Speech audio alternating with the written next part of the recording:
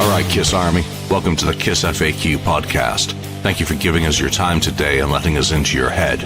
I hope we don't do any damage. We're just a bunch of Kiss fans and we talk Kiss. So come along for the ride, you've got nothing to lose.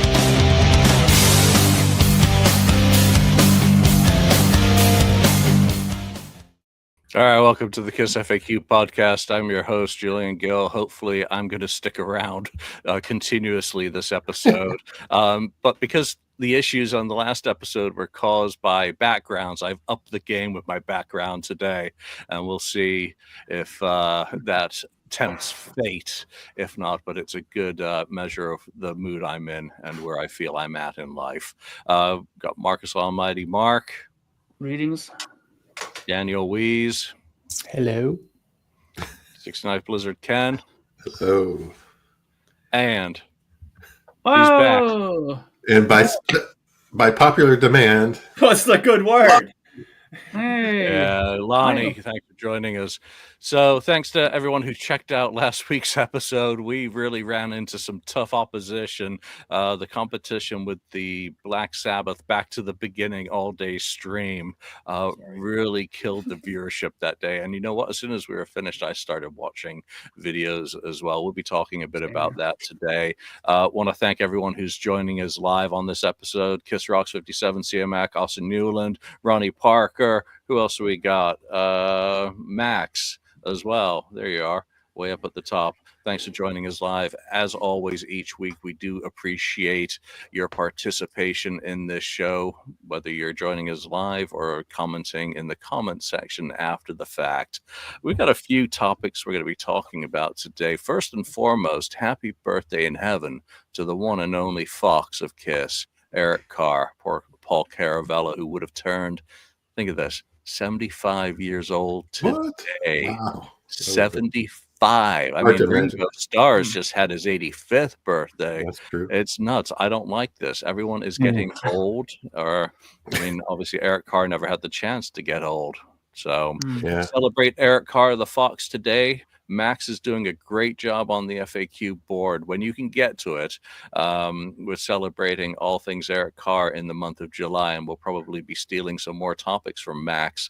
So Max, thank you for the inspiration on that. About the board, what's going on? I've had to implement user humanity verification to stop the frickin' bots. I mean, I'm just getting slammed by AI bots and other nefarious attacks of swarms of bots from Vietnam, China, Taiwan. And there's just no way to circumvent it without putting in that "Are you human?" challenge. Otherwise, they just use up all the resources on the server, bring it to a halt, and crash the back end. So there's no way around it. This is what AI is doing to the internet. They're unhinged, they're uncontrolled, and it just means that people who actually do want to use websites have to put up with clicking "Yes, I'm human." And it's freaking annoying me as well. But I do turn it off for a bit, and then a day later, 2,400 connections are sucking all the life out of the website more than a Loomis topic. That cracks me up. It's like someone was like, "Oh, I'm gonna go get that Kiss site, Kiss FAQ site." Well, no, they're just doing the whole internet, and they're crazy crawling, and they're trying to penetrate. They're looking for vulnerabilities. They're scraping for AI large language models. Now everyone wants to have their own freaking AI model, so they'll just scour the internet. And I really don't think it's a good idea to be putting the Kiss FAQ message board into your large language model. In terms of the content and the veracity of that content and the conversation, it's going to end up like a Kiss version of Grok. So whatever. That's just the explanation of what is going on around that. Good news for Joey Casada. Guess what, Joey? Have you finished it? I finished it. Nice. I still really want to talk to Joey about this, even though it's quite late in the release cycle of that. But without hesitation, I strongly recommend this to you. The number of times I've snorted coffee out of my nose while reading this, it's not a comedy, but just the little touches and the little flourishes of creativity of what he's injected into the writing and into the story have just left me. People have been looking at me on the bus like, what is wrong with that fat guy? It's it's absolutely hilarious. Really, really well done. So, Joey, hopefully I will reach out to you this weekend and see if we can set something up on the schedule that works for all of us. What else? Well, I guess the first kind of topic to jump into is the rebranding of Kiss Army Storms Las Vegas into, well, I guess fuck you, Kiss Army. We're rebranding it into Landlocked Kiss Cruise in Vegas. Screw the Kiss Army. You don't matter. Storm Vegas, yeah. You are not a strong selling point. So I want to get. Navy has more money. Yeah, well, it's always the way of things. Is that we had talked about it. Every podcast had basically said that the event in Vegas seemed to be little more than a cruise on land. So from that perspective, that's exactly what it was. That makes sense. Calling it a cruise in the desert, I said on, I think the board or on the little video I did for the members only, is the kissiest thing ever. A bird without wings, a bell that never rings, a desert without a boat, but called the cruise. So let's just get everyone's opinions on, what you think about the rebranding. I got to talk to cruiser number one, Lonnie. I think I had the same reaction when I saw it the other day. I think I chuckled a little bit that, is this selling tickets? Is this, well, now I gotta go. It looks like the same thing. It's Gene, Paul, Tommy, and guests, and it with some side show type of secondary acts. Sorry if you're a big quiet riot guy, but it doesn't. It's the same thing, just with a different name attached to it. And I guess there's some people out there that have been on every Kiss cruise that says, well, I got to keep my streak alive, and I got to go on the landlocked cruise, and I need to keep doing this. I'm sure there's somebody that said that, but are you really selling more tickets because you changed the name of it? Because it really looks like the same thing with a different name. I told you guys the other day, it kind of looks like a poor man's Back to the Beginning is what it looks like. So,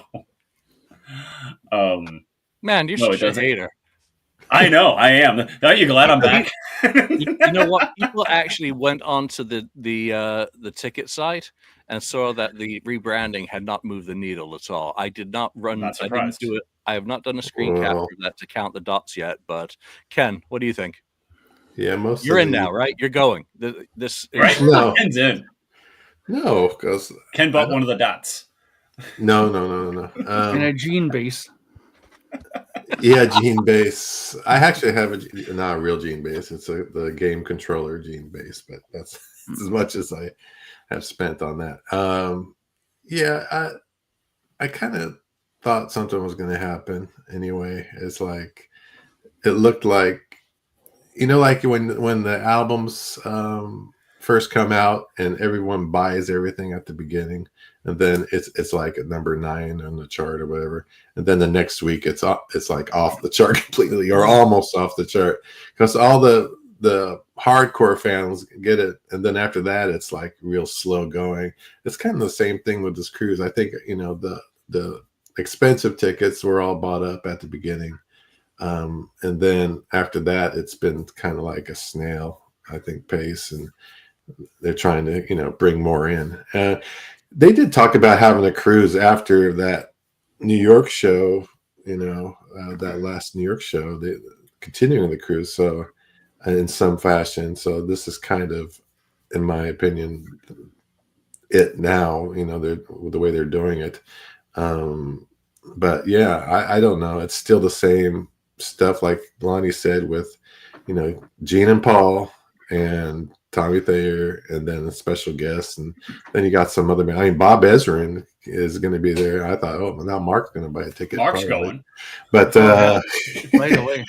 It's like a Kiss Cruise on land, but it's still the costs, besides the plane fares and everything else. Even at the lower prices, I think it's just, I don't know.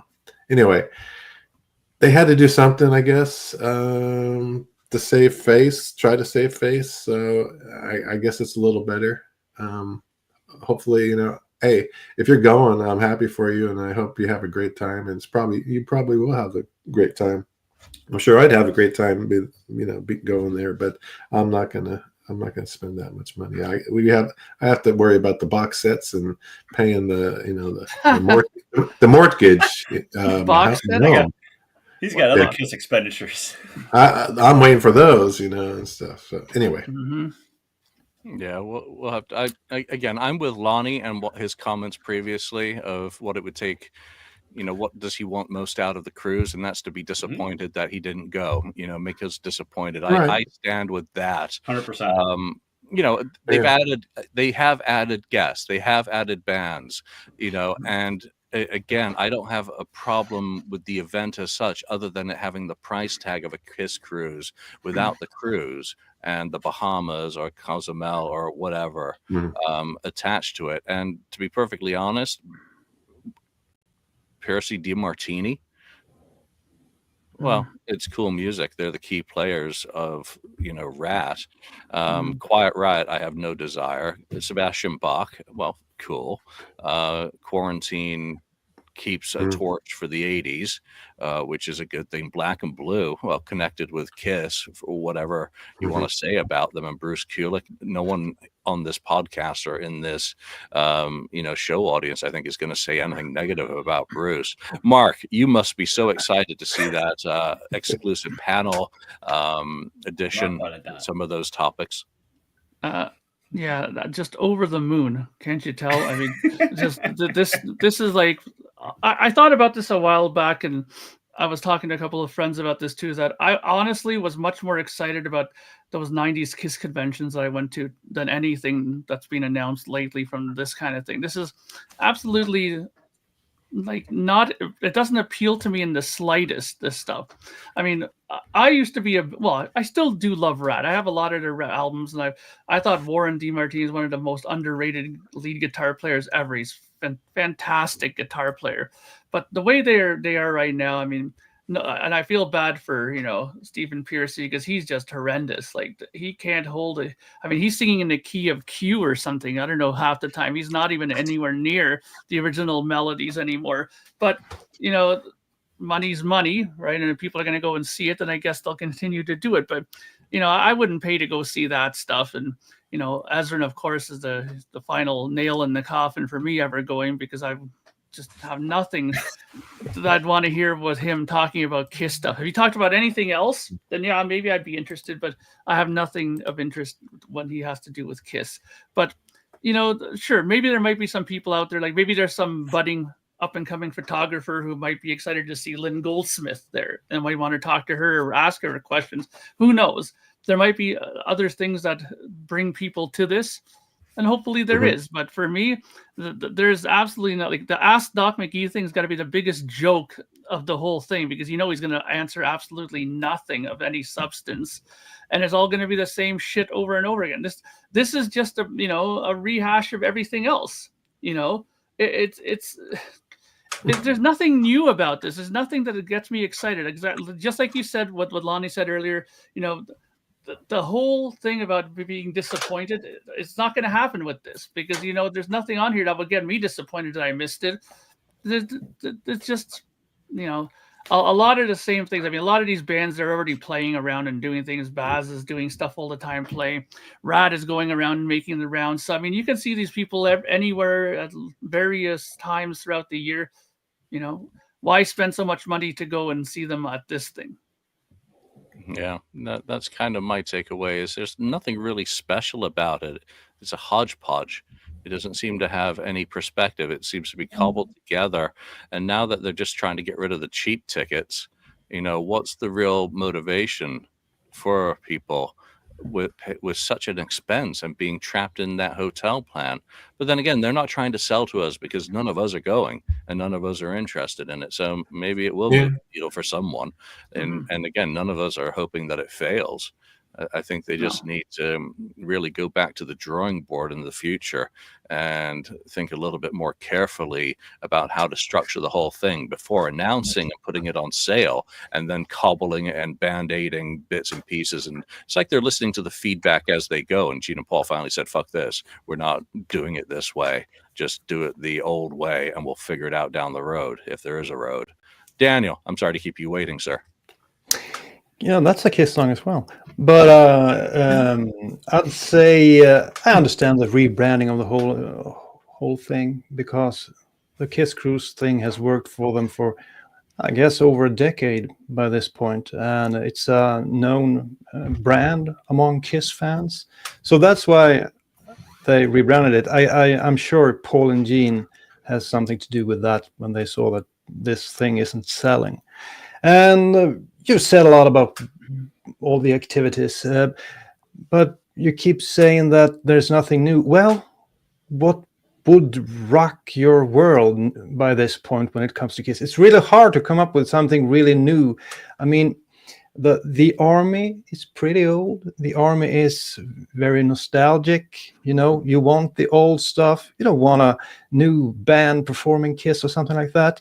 I guess at the top of most fans' lists is a reunion, or sort of a reunion with Peter and Ace. That would sell tickets. And that is about the only thing I think would really move tickets. But I'm sure this will be a great event anyhow. And people who will attend it, I think they will have a great time. I would easily attend it if it was, more at this side, over this side of the pond, and the pricing is of course a bit crazy, but isn't everything very expensive at this point? I don't know what's happened with the world the last 5 years. I mean, even food over here is really expensive, and traveling has become way more expensive than it was just a few years back. So the pricing is crazy, but that's the way it goes nowadays. I think it's long and far between cheap things that you can attend that's great at this point in time, unfortunately. Well, there are two in Sweden. There are two conventions this year in Sweden that are really cheap to attend. So go to those instead. Yeah, I don't want to go into politics, Bernd, but there are certain things that are going on in the world. I think economics is also a big factor. This is a very expensive outlay. And I know, at least in some areas, that there's uncertainty about jobs and employment. So there are issues. And the whats and the whys, everyone can make up their own minds for. We're not here to talk about any of that. Let's talk about Kiss. So again, I want Kiss to be successful. I want the fans to come out of this feeling that those who attended got good value for money, that they enjoyed going, that they feel that they were respected and it was an exciting time. And I want to feel their excitement when they come back. Oh man, you should have been there. This was great. Gene did blah, blah. Craig Gass got on the microphone. Like someone did on the cruise about lifeboats. Boats getting on the lifeboat if you paid for a certain package. So I'm all in with regretting. Unfortunately, the guests now for those mean that I can definitely not go under any circumstance. So I'm basically banned. You mean you're talking about Esrin and Goldsmith, or? Oh, perhaps. Perhaps. I'm blocked by Gene as guy. well. And persona non grata. Well, that's okay. My money's a mask for you. Yeah. So there we go. Again, we're only coming at this from our perspective as people who aren't attending for a plethora of reasons, and there is no right or wrong in it. It just ain't the right event for me. I mean, hell, I flew down to Los Angeles. When was it? I can't remember now. To see Ace. That was the right event for me. I'd fly to, do something with Peter. That's the right event for me. If Kiss Cancer Goodbye had something great this year, but they don't. I might have considered that, having missed the performances and now seen Creatures of the Night, the live performance. That would be that I decided is what I would enjoy seeing, or The Elder in its entirety being performed, or Asylum for that very brave band, and maybe Quarantine will do that. Who knows? But now you can pick and choose. There's no right or wrong. All right, let's get moving into the main topic of the day, and that is Gimme More. Could Kiss do a back to the beginning type show like Black Sabbath did? Let's just start this by framing everyone's experience around that last weekend. We were doing a show while that was going on, and then Lonnie started sending messages out about Steven Tyler, and then as soon as we were done, I hopped on the YouTubes and started hoping people would be stealing the stream so that I could watch it. And Slayer came up. Holy shit, that was fantastic. Pantera were cool. Tool, absolutely spectacular. Lizzie Hale, unbelievable. See, I think the high point for me of watching back through that footage, more so than the Sabbath set. The Sabbath set was a nice closure because it was as it began, the four of them, with all their infirmities and imperfections, just playing hopefully that one last time. But for me, the high point was seeing Jake E. Lee vertical after being shot last year. That made me so happy, to just beyond words, to see someone who's been so disrespected as well by Sharon up on stage with Nuno, freaking hero of the day guitar wise, unbelievable. But also Steven Tyler, his final show ended in a blown voice and blowing up his larynx. Those for me were my high points. Lonnie, you're the one who was sending messages while we were still podcasting about the event. Sorry, I skipped the show last week to watch the pay-per-view live. So. Right. I thoroughly enjoyed it. It was fantastic from start to finish, and just one act after another, and just one great performance after another. It was great. And the bands would do their own songs, and then they do a few Sabbath songs, and it was just such a great tribute. And everybody said, every band as the day went on just had such great things to say about Ozzy and Sabbath and what that band meant to them, and how if there wasn't a Black Sabbath, we wouldn't be here right now. Like I don't I think James said I don't think there'd be a Metallica if it wasn't for Black Sabbath. And, it was great. I thoroughly enjoyed it. And Steven Tyler just it shocked the hell out of me when he came out there. I'm like, no freaking way. It was awesome. But could Kiss do something like this? The answer is very easily no. And I know I'm just on here so negative today, but the answer is easily no. And for the reason that Julian said, that Black Sabbath came out and they ended it with the four of them. And that's something Kiss hasn't done in almost 25 years, haven't played with the four of them. So that's the first problem right there, why Kiss couldn't do it.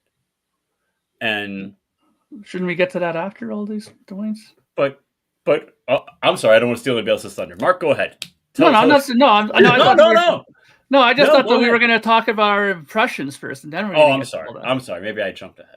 You can reiterate that point when we come back to you, Lonnie. Oh, I'm sorry. I got too excited. No, I'm sure everybody has excellent points, right? So my only thing is that I agree with Lonnie 100%. I thought the whole show beginning to end was really good. I mean, some of them were a bit more surprising than others. Like I as much as I love Guns N' Roses, I thought that they were one of the bands that I was really surprised that did really good. Like as far as the Sabbath stuff, because I never realized how much of an influence they were on them. And I knew they had the Aerosmith influence and all those other kind of bands in their music, but I didn't realize how much Sabbath played a part of their DNA, and they did really good. I thought that Axl sang excellent those songs, and they played them really well.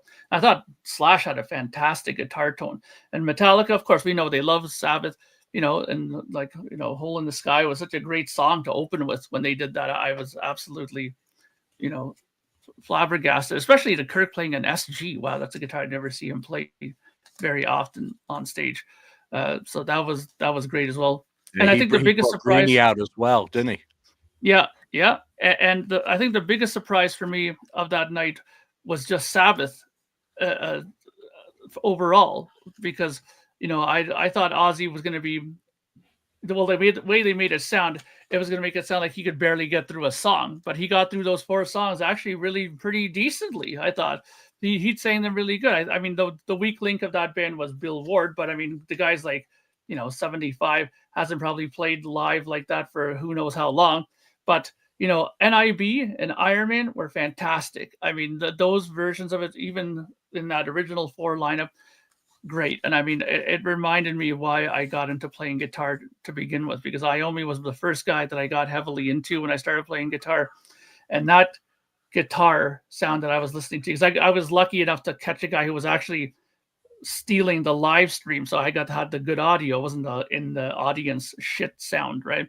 So and his guitar sound was just like the hammer of God. It was like unbelievable, that guitar sound that he had for that show. Loved it every minute of that. I just wish that they would have played an extra song. 4 songs, it was quick and done, and I wish there would have been at least one more song. Black Sabbath should have been played. Yeah, exactly. Something like just another song, just to make it, just the icing on the cake song. But everybody did good. Nuno did good.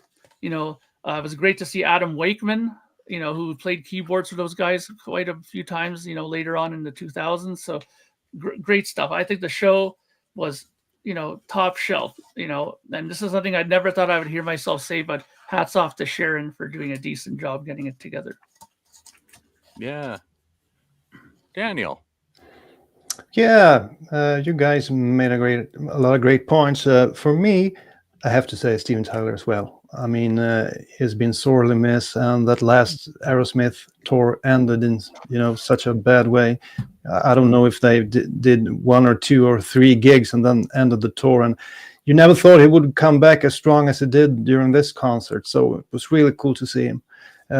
What else? Well, I have to give the audience, a tip of the hat. I think the audience, it was such a cool mix between elderly people and youngsters, and they were all into the show. It was such a kumbaya moment, the whole show. I think it was so nice to see. And when it comes to the songs, I really like the Black Sabbath cover that Pantera did, because I recall getting that album back in '94, I think, when they released that covers album with Black Sabbath songs. What was it called? NIB or something? I don't remember. I remember in Black. Yeah, exactly, that one.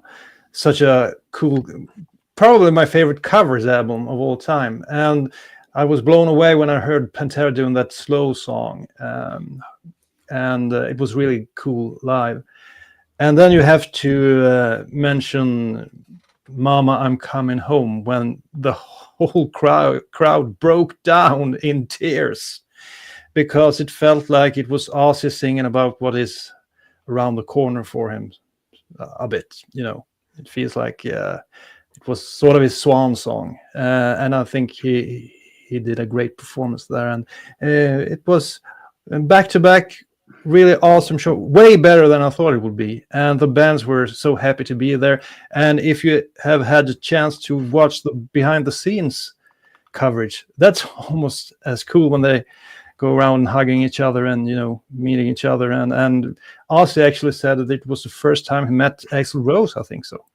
That was pretty cool. What a cool show, and we'll see how we would do this with Kiss, if we can come up with some good ideas. All right, Wade and Mark, get a room. Zach, get real. He was 10 seconds into his first piece of music, and there come the pinch harmonics. That's Zach Wild. What do you expect? I know. I can't stand him. I just can't stand him. That's his one trick, is that. So I'm not a Zach fan. I do love No Rest for the Wicked, though. That's before Zach became whack. All right, Ken. Yeah, well, I haven't checked all the performances out. Probably not as much as you guys, but basically, I was checking out, Steven Tyler, which was great. So I think, yes, we will see Aerosmith again, either at least one or several times, I'm thinking. As far as Ozzy, the solo part of it, I like that. Was all great stuff. And then the Black Sabbath, I caught all of that. They were surprisingly, really good. So I caught a couple other performances. The All-Star band stuff was pretty cool, with other guys too. So I liked them playing Black Sabbath songs throughout. The other bands playing the songs was really a cool touch. I thought that was a great idea. So yeah, it looked like a really good show, fully. I still haven't seen the whole thing, but I'm sure it'll be out there to check it all out. But what I saw was really cool. Yeah, there were a couple of really good deep cuts that were played. I mean, Metallica doing Johnny Blade. Holy crap. I didn't see that one coming. Yeah, that was really good. But there was quite a bit from Never Say Die performed. Guns doing Junior's Eyes. Yeah, that was good too. So- Bloody And Sabbath. It's All Right. That was cool too. Yeah, no, it was very cool how the deep cuts, and that'll be part of the Kiss section, about some of the bands. If even though Lonnie said no way, if Kiss Sorry. did do a back to the beginning type show, what would be some of the acts and some of the deep cuts, because it seems to follow a bit of a formula, of 3 songs essentially per band, and one's a cover. One's a Sabbath song and 2 are from their catalog. And that seemed to be a very smart way of structuring it. Mhm. Guns N' Roses, obviously being more marquee, had a longer set, so more songs. Metallica, likewise, put a Hole in the Sky as well. Slayer, Wicked World. Yeah. Fuck. Again, just didn't see a lot of these things coming. And that, I think, is what makes it so interesting, especially when we transpose it into, could Kiss do a back to the beginning type show? Now, before Lonnie jumps in with his pitchfork again, I'm just going to say, yes, they could do, because with Kiss, nothing is impossible. There is no mountain so high that it can't be I'm going to go into Paul Stallion mode. That of course it is possible. Is it probable? That's a different question. But yes or no, let's go around. Could Kiss do it? Mark? No fucking way. I mean, I was just finishing listening to Paul Stanley's autobiography in audiobook form in the car when I was driving. That's all you need to know about why that would never happen. Just read that book. The most important thing is how he looks and how, everything revolves around him. So there's no way in hell they would be able to pull something off like that. Having other bands there, that could make him look bad. Never. Having, make an environment where he might not look like a superstar, he would never allow that. So I'll keep it short and sweet. Yeah, and by the way, Andrew, yes, we should be mentioning Youngblood. Incredible vocal performance, really stole the day. But I don't know how many Americans know who he is. But absolutely incredible. Yes, you're absolutely right. Fantastic. To mention him as well. Thank you. Daniel, could Kiss do it? Yeah, I think they could do it, maybe on a minor scale, but there's loads of bands that have been influenced by Kiss, and they always say that Kiss was a big influence when they started out. So I'm sure you would be able to get a lot of artists that wants to pay tribute to the original band, at least. The thing Mark mentioned is, of course, a problem. You would have to have some sort of throne or something for Paul Stanley to sit in and, be the master there, sitting and doing thumbs up to the musicians or something. So he felt like he was the center of attention, somehow giving him, something extra in order for him to be happy. Gene would have no problem with it, I think. But when I thought of this idea that you mentioned, Julian, with creating something like this for Kiss, immediately a lot of bands popped up there. I'm sure would be able to perform Kiss tunes and their own material in a cool way and structure it maybe not as long as the Black Sabbath thing, but 4-hour concert or something. Yeah, Ken. Yes, like Julian says, they could do it, but they probably, odds are 0.001% the chance it will happen. I definitely think they could do it, and I've kind of been thinking about it earlier in the week, and I kind of came up with well, we'll get to it, but the idea of who would perform with, leading up to Kiss performing and what version of Kiss. So yeah, it could happen. I think for me, I know Daniel says Paul would have to be. I said I think the money would have to be right in order for them to do it, and I'm talking a lot of money, a lot of money. Yeah, what? That's not surprising, is it? So yeah, that's how I feel about that.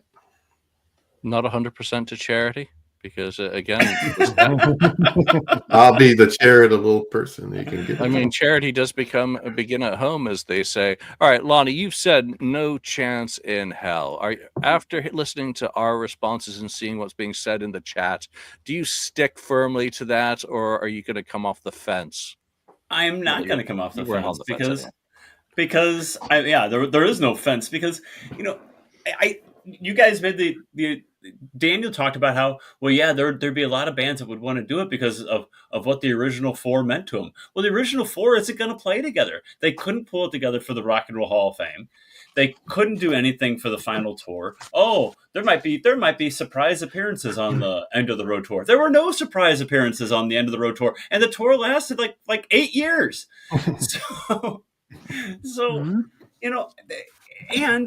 And the other thing too, and I've talked about my wife about this week too, that the other reason why it couldn't happen is talk about the other bands. Well, the other bands would take the attention away from Kiss, and Kiss wants the attention. The first couple times I saw them on the end of the road tour, they had a painter open up because all the attention could still be on them. And then the final shows, Paul's son opened up, so it could still be about them essentially.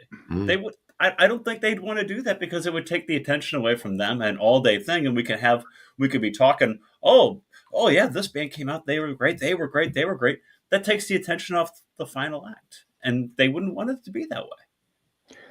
Well, as Black Sabbath once said, never say die. Or James Bond, never say never.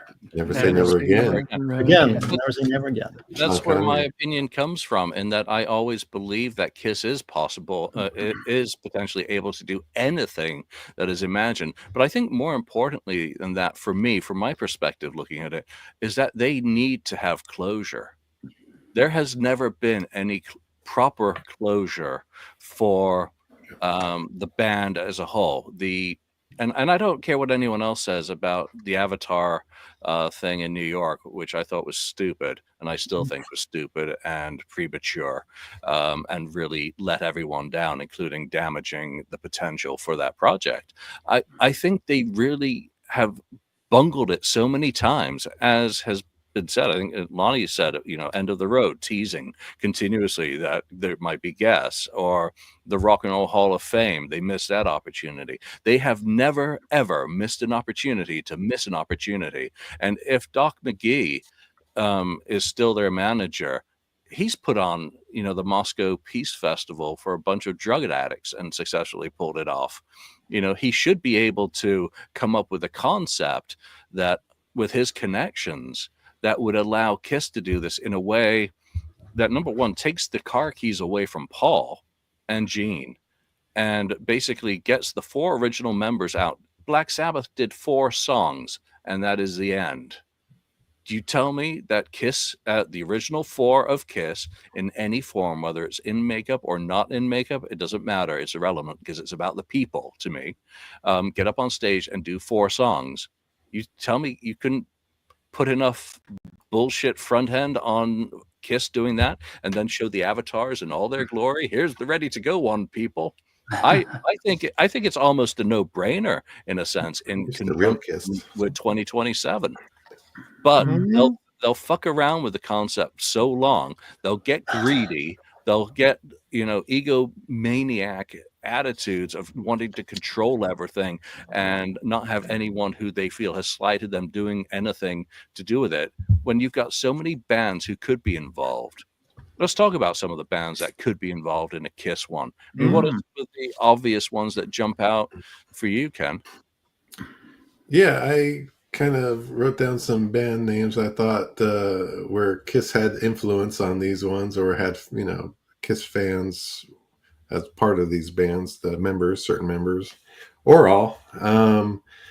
So some of them, and I listed here are like Weezer, and then Anthrax, of course. A lot of people know that. Not surprising. Poison.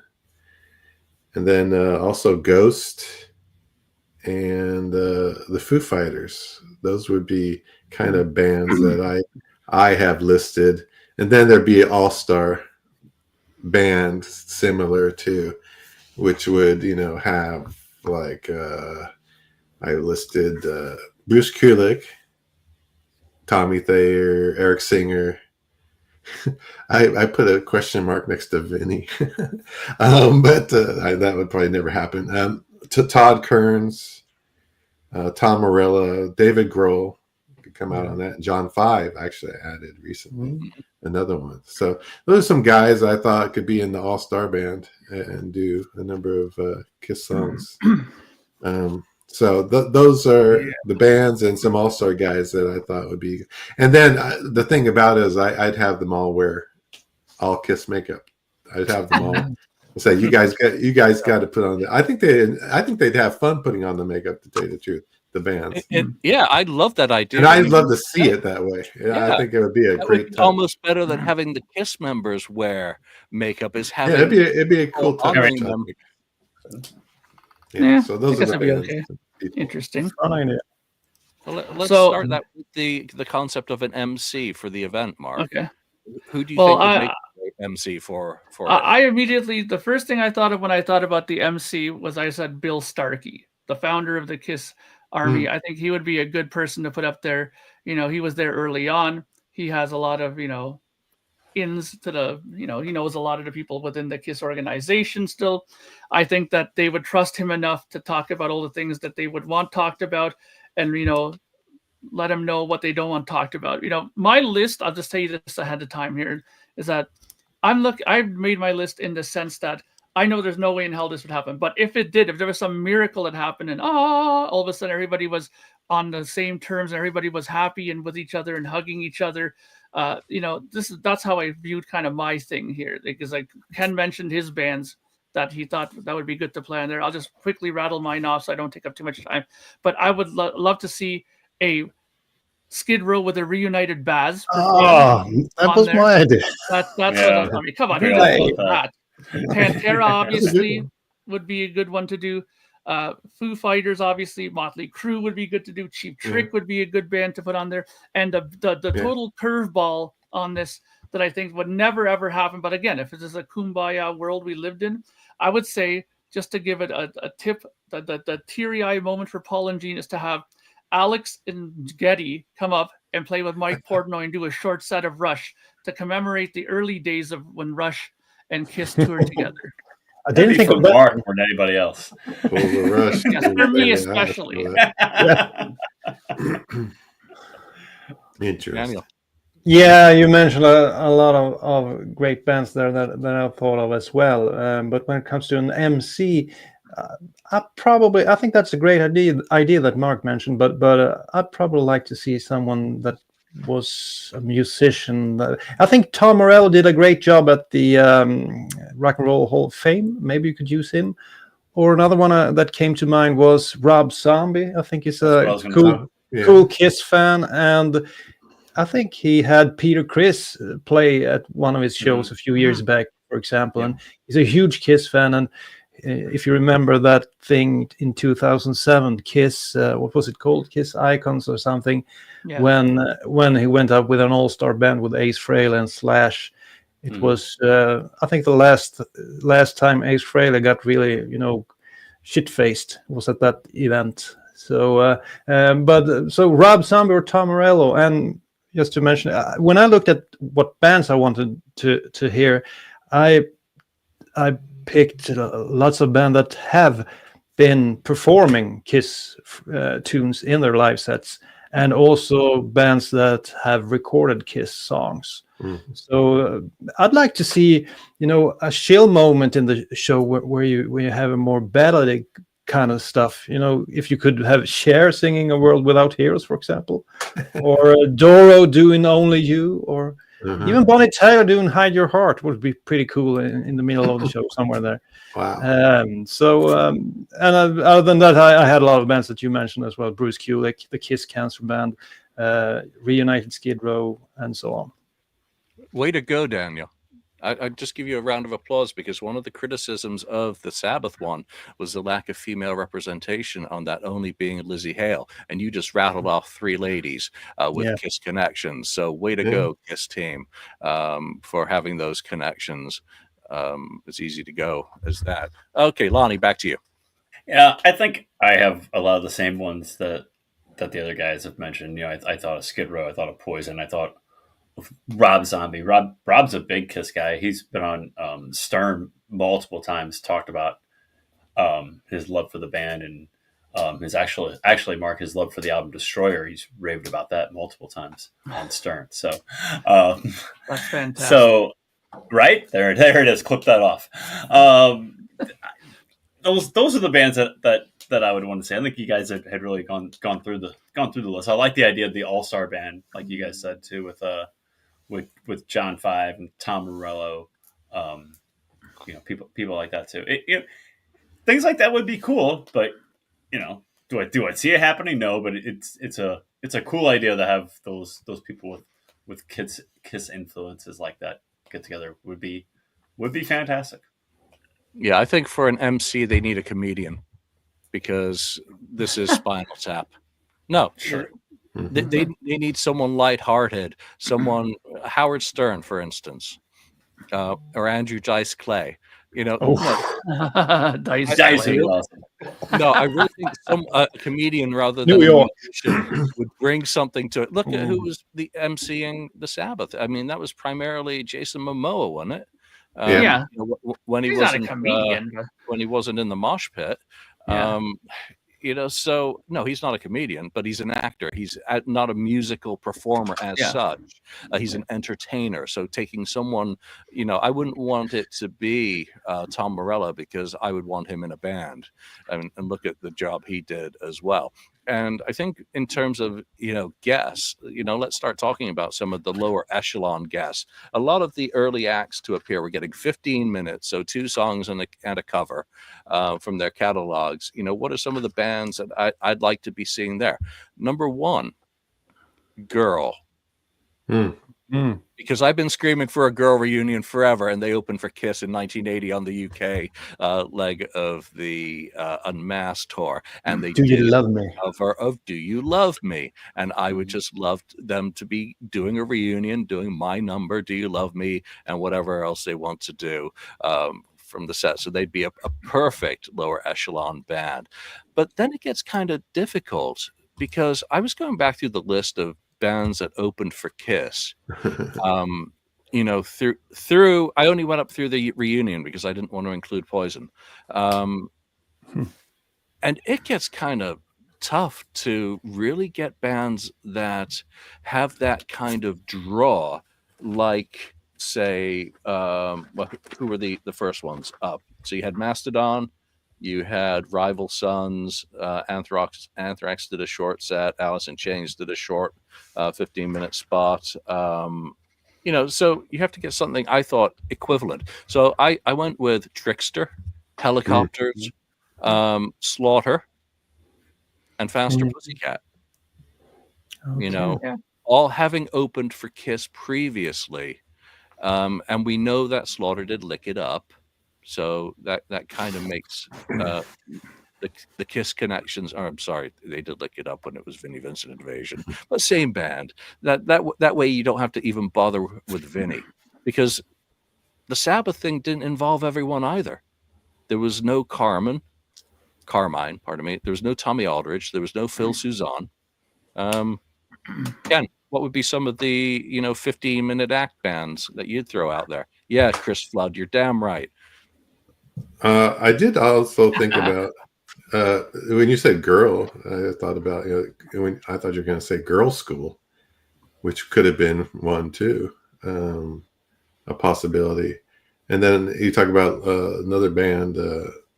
I thought, I saw open for Kiss was Wasp.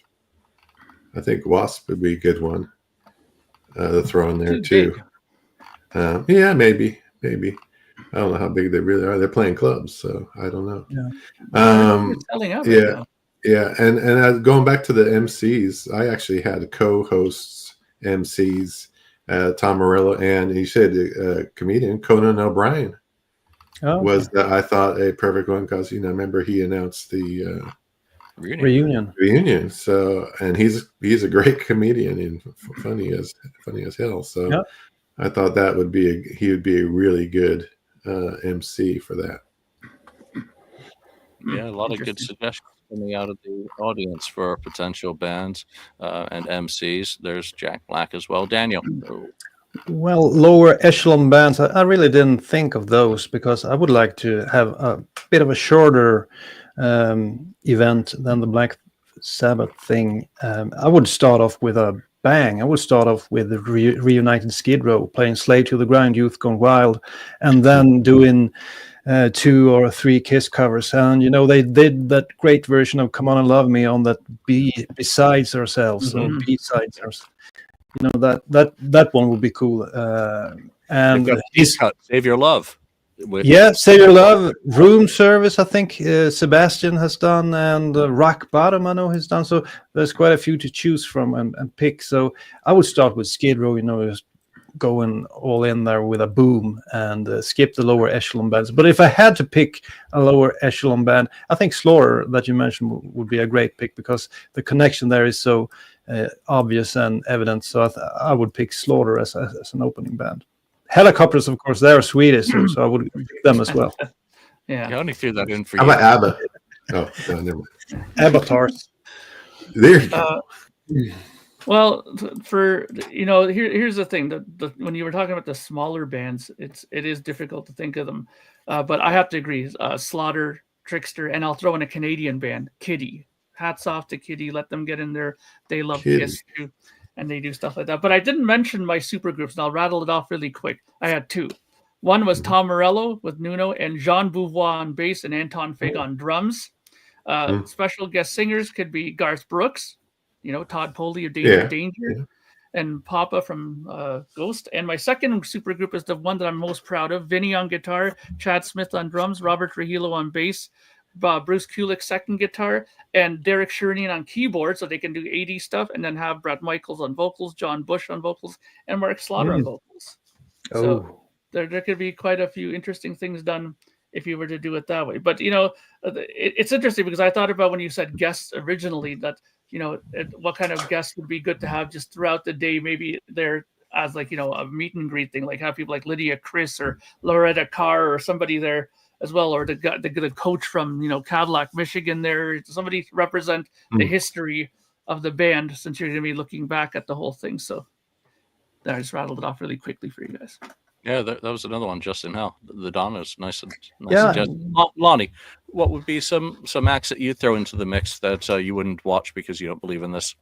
I think the Donnas you just said, I think that's fun. That's good. I think Jackal would be good too. Their Kiss guys are a little lesser. I think they'd be a good addition as well. It's a band I could come up with in addition to what you guys were saying. You guys have had some good ideas, but I think Jackal will be fun. A bigger band that we haven't mentioned that's Kiss fan is Megadeth too.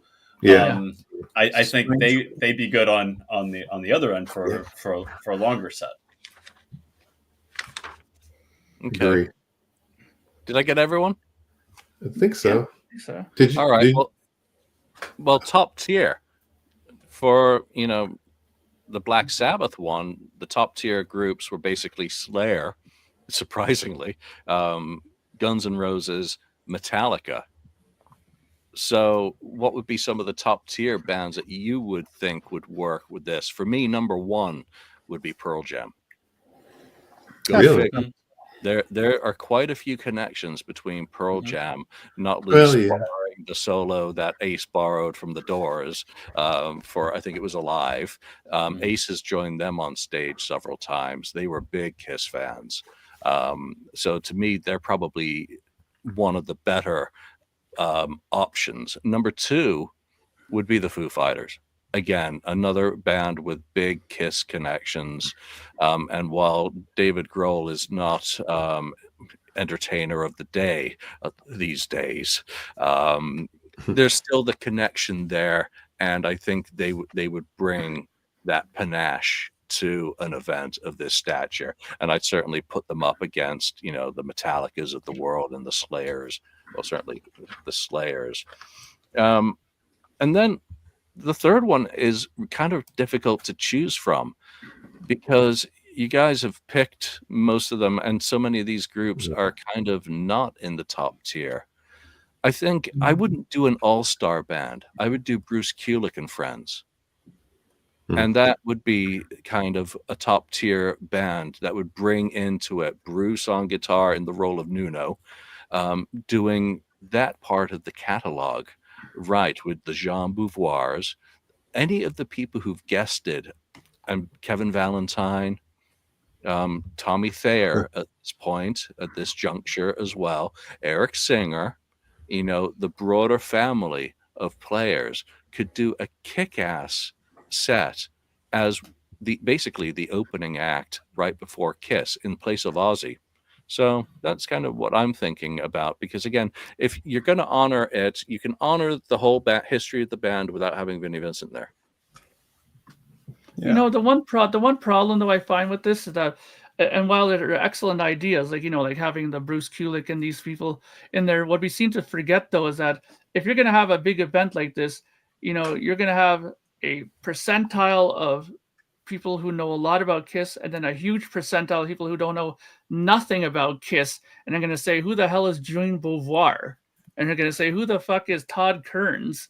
No, that's the problem with having that kind of a thing in a big position like that, where it's better to have like a Foo Fighters because everybody knows who the hell they are, or or like another band, like even a Motley Crue, even though it's not that great a band now, but more people know them than the people that are like a Kevin Valentine. Like we know who he is, but I can guarantee you 95% of the people that would go there wouldn't have a clue who the hell he is. And that's But how different would that be from any Kiss concert, though? I mean, how different would that be from any Kiss concert? I mean, you go to a Kiss concert, and how many people there only know 2 or 3 Kiss songs, period? Okay, but this is not supposed to be the show. But it's not supposed to be like that. This is supposed to be like a big finale. It's not going to happen anyway. We're I know. I think Mark has a valid point. That's a valid point. You have to think of the formula a bit.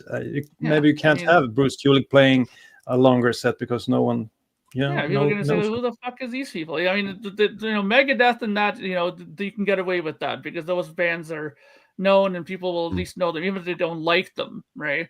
But, I think those people, like having Kulick in earlier in the day would be perfectly good, because the people that come early to these kind of festivals, I think are usually people that are diehard music people. Because if you look at the audience even then, even in the Sabbath one, it definitely got more packed up as it got nearer to the end of the day, right? The early bird people were there that were just, music lovers in general, right? So that's just my opinion. And of course, there's no point in arguing about it because it'll never happen. But, that's just how I kind of see it, right? Yeah. And my last act that I'd want to be a part of, a back to the beginning, is Ted Nugent. Ted. That would annoy the living shit out of some people. I know. But again, we don't talk about that shit. I'm talking about his music and his catalog. He opened for Kiss in 1975. He opened for Kiss in 2000 and in 1987. So he has a history with the band. And he is also an artist of stature, whether you love him or loathe him. It really doesn't matter. Free for All, Little Red Book. He's got a great catalog of songs. Wham, bam, swing, tang. Yeah. That's a great song. All right. Come on. Stranglehold is the best. Lonnie, top or higher echelon bands, who'd be your picks to be part of this? I think I'm going to go with 3 M's: Motley Crue, Megadeth, and Metallica would be my 3 picks for That's a good the pick. 3 bands before Kiss. I think they're all 3 very influenced by Kiss. 3 very well established, well known, iconic type bands. I think they'd be great. Perfect. Be funny. Yeah, I see a lot of great suggestions coming in the audience. Ken, what about you? Who would be your higher echelon? Well, the ones I did mention earlier, the Foo Fighters and Ghost, and I put Poison, but I could see, Megadeth was another one I was thinking about too. So I also did we have an actual name for this concert? Like, this one was back to the beginning, the Black Sabbath one. Did you guys come up with a name for? No, I didn't. I call it One Last Kiss. That's what I call it. I'm going to call it. And located in Central Park. So, yeah. anyway. One thing I did want to ask you guys, though, is if you thought about this, is if they got the original 4 back, let's just say hypothetically they'd agreed to go and do it, what 4 songs do you think they would do? I would pick Deuce, Cold Gin, Love Gun, and Black Diamond. What songs do you think they would do if you were Rock and Roll Night? I have to do Rock and Roll. I picked a 10-song set list. That's Of course you did. Of course you did. There's no way they would do that. Well, this is how I did it. This is how I did it because Ozzy did a certain amount of songs, and then along with the Ozzy songs, solo songs, with what Black Sabbath did, that came out to 10 songs. Okay, so that's why I chose 10 songs. It's a miracle they would have 4 songs out of these guys, I think we're going to need Bruce Kulick. I actually only had Kiss doing 1 song at the end, bring all the 4 members and doing Rock and Roll Night. That would work, But when it comes to bands, you mentioned a lot that I had on my short list. I had Pearl Jam, Foo Fighters, Ghost. But if you're looking at this, as a big event, a lot of hours, I would like to mix it up a bit more than they did during the Black Sabbath thing.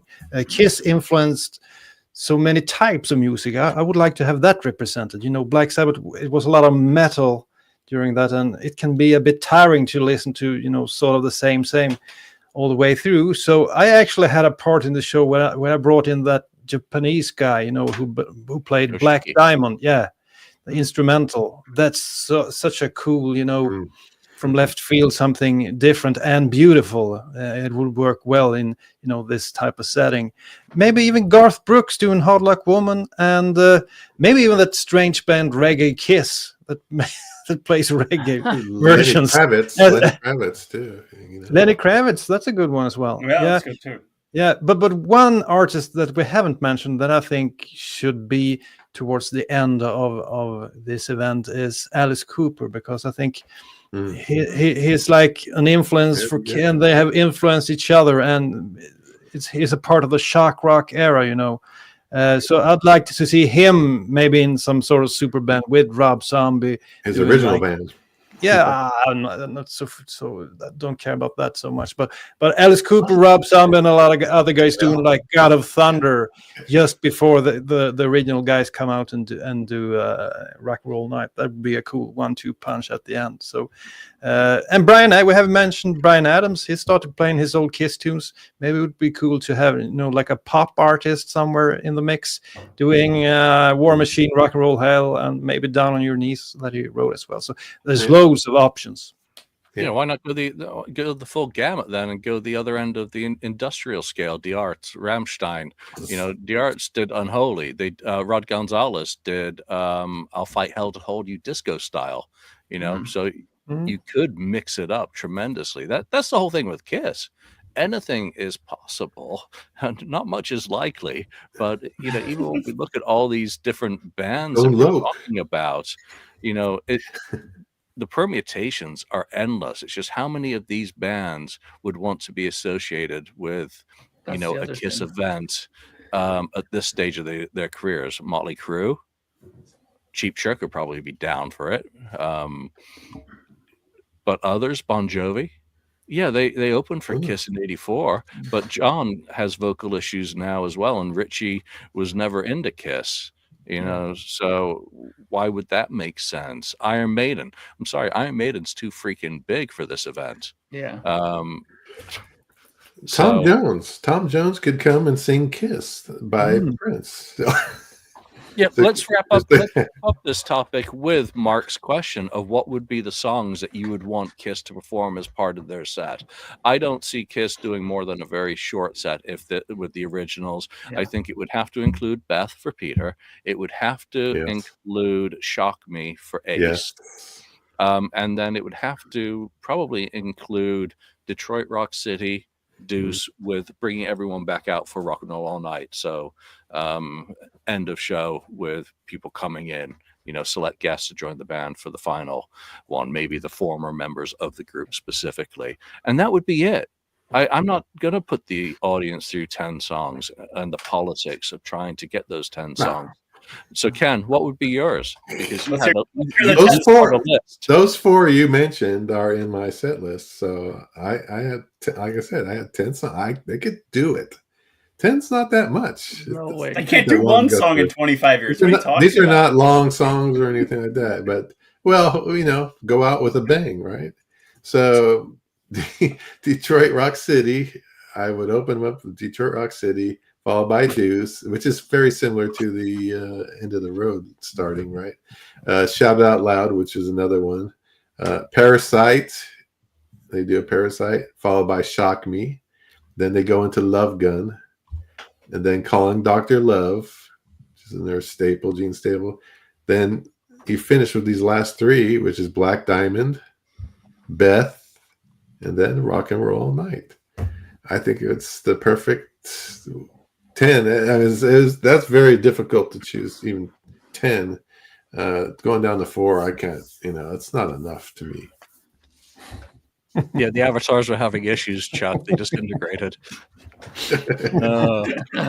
They're fighting amongst themselves. Yeah. They couldn't take it anymore. Too many. They all have their own lawyer. Different servers because they can't reside together. Lonnie, what would be the songs that you'd want for the final part? I came up with 4. I think 4 would be the maximum I think 4 would be ideal. Yeah. There's 4 members of Kiss. It'd be Detroit Rock City, Shock Me, Beth, and Rock and Roll All Night, and call it a day. I would be overjoyed if it would happen. And I think we've all wanted it to happen, to have a proper goodbye to the original 4, and I thought we were going to get it with the Rock and Roll Hall of Fame, just get something, but again, egos, lawyers, and everything else got in the way, and that was 10 years ago, 11 years ago. Yeah. We missed that opportunity. Lordy. I'm sorry, we forgot Mr. Lordy. Yeah, the Finnish guy. Yeah, Lordy. Daniel, what would be your songs? Well, you can't argue with those 4 picks that Lonnie mentioned. I mean, that would be such a cool ending. But if I had to pick 10 songs, like Ken said, I would surely add I Was Made for Loving You, if they could play that one, because you have to think that this is an event not only for Kiss fans, it's for the world. And that's actually their biggest song, I'd say. So you have to play I Was Made for Loving You if you're doing a longer set list. And also Love Gun, of course. Love Gun, I would add. I don't know if I would add anything from the late 80s. Maybe, no, I don't think so. So maybe I Love It Loud or something for Gene to sing. Cold Gin. There's lots of cool songs. Well, there we are. There's been a ton of great ideas and suggestions during this episode from the audience. So thank you, everyone who's chimed in with your thoughts and your opinions as we've gone. I didn't do a lot of notes for this, but, I think at the end of the day, yeah, it may seem improbable, but just remember, how many times has Kiss surprised you? Not how many times has Kiss disappointed you? How many times have they met that bar and raised it? And how many times have they piggybacked off of successful, ideas? So if this Sabbath thing is very successful, I'm sure Kiss, Gene and Paul will look, maybe we can do something like this. In They've 3 done years, that for decades. Yeah, and a bit too late, as they always do. But of course. Yeah, the clock is ticking on everyone. And just think about Black Sabbath and how much positive energy came out of that event. Actually hearing nice things about Sharon. Yeah. It was wonderful. Hearing nice things that Jake E. Lee sitting in front of Ozzy on the throne. You know, there are bad stories in every band. It's the frickin' music business, for God's sakes. Shit happens. Bad shit happens.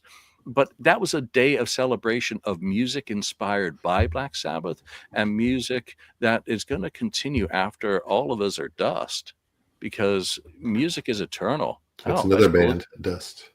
I still listen to Mozart. So there we go.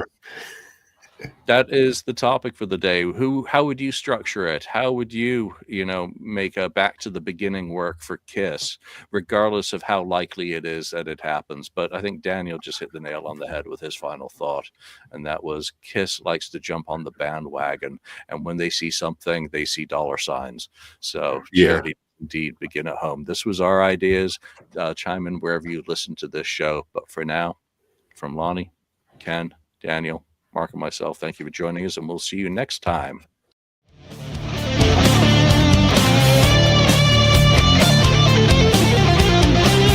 Thank you for spending time listening to the KissFAQ podcast today. All sales are final. There are no refunds. If you'd like, look us up on Facebook or come over to the message board and discuss the topics we've broadcast today. Don't forget to hit subscribe wherever you've listened to this show, and a like would very much be appreciated. We hope you'll join us again, but until then, remember, life's a radio. Turn it up to 10.